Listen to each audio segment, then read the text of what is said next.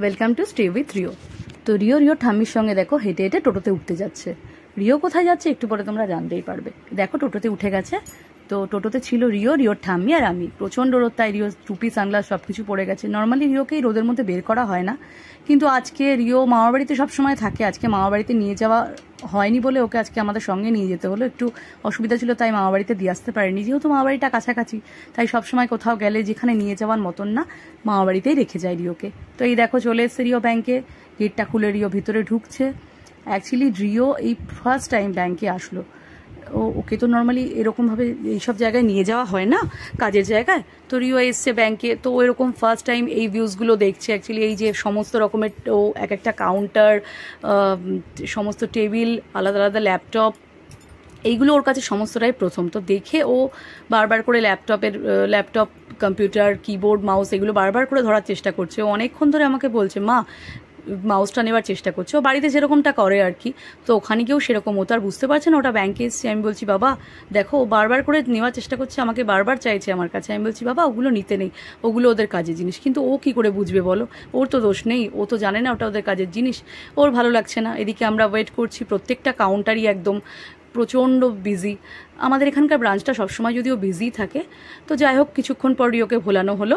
এবার ও কিছুটা আনন্দ, অনেক কষ্টে কিছুটা আনন্দ করলো। ও আরও কিছু বাচ্চাকে দেখেছে একটু আনন্দ করছিল। সেই সময় আমরা সবাই কাজ শুরু করে দিয়েছি। মোটামুটি আমাদের লাইন যখন আসলো, আমরাও কাজ শুরু করে দিলাম। আরও দেখো পিপি দাঁড়িয়ে আছে, ওর পিপিরও কিছু কাজ ছিল, তাই পিপিও চলে এসেছিল ব্যাংকে। আর ওই দেখো রিওকে চেয়ারের ফাঁক দিয়ে দেখা যাচ্ছে। জানো ও কি নিয়ে গেছিলো হাতে করে? ও নিয়ে গেছিলো একটা কালার পেন্সিল। ও যদিও বাড়ি থেকেই ওটা নিয়ে গেছিলো। এইবার ও কালার পেন্সিলগুলো দিয়ে দাগানোর চেষ্টা করছিল। আমি অনেকবার ওকে বারণ করেছি, কিন্তু ও শোনেনি।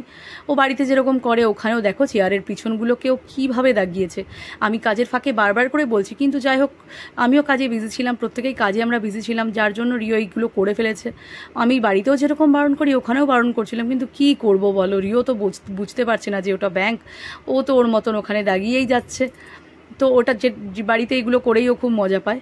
ওকে বারণ করছি, বাবা এগুলো করতে নেই, এগুলো করা একদম ঠিক না। ভাগ্যিস ওরা দেখতে পায়নি, হয়তো আমাদের সবাইকে একসাথে বের করে দিত। যাই হোক, এর মধ্যেই চলে এসেছিল ওর মেজদা ভাইকে বললাম, তাহলে রিওকে তুই একটু ধর, ও তো কাজ করতে দিচ্ছে না, সমস্ত দাগাচ্ছে। এই মেজদা ভাই জোর করে ওকে ধরে রেখেছে। ও তো ওইখানে ছুটে বেড়াবে, ওই চেয়ারে দাগাবে, দেওয়ালে দাগাবে, এইটাই অ্যাকচুয়ালি ও করছিল। অনেক কষ্টে মেজদা ভাই ওকে ধরে রেখেছে, কিন্তু ওকে আর ধরতে পারে? ও বারবার নেমে চলে যাওয়ার জন্য চেষ্টা করছে। তার মধ্যেও ও অনেক কষ্টে ওকে ধরে রাখার চেষ্টা করেছে।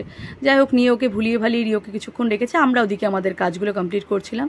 এই দেখো এবার চলে যাব, কিন্তু রিও কি নিয়ে এসছে হাতে করে জানো? রিও একটা প্যাকেট ভর্তি করে খেলনা নিয়ে এসছে। ও বাড়ি থেকে আসার সময় জোর করে কান্নাকাটি করেই খেলনার প্যাকেটটা নিয়ে আসলো। তখন ও ঠাম্মি বললো, ঠিক আছে চলো নিয়েই চলো। যখন শুনছেই না, ও চুপ করে কিছুক্ষণ খেলবে। কিন্তু এই যে গাড়িটাও হাতে দেখতে পাচ্ছ, এইটা নিয়ে ও প্রথমে খেলছিল না, তারপরে যাই হোক এইগুলো নিয়ে লাস্টের দিকে ও খেলছে, দাদাভাইয়ের সঙ্গে খেলছিল। এইভাবে খেলতে খেলতে আমাদেরও কাজ কমপ্লিট হয়ে গেল।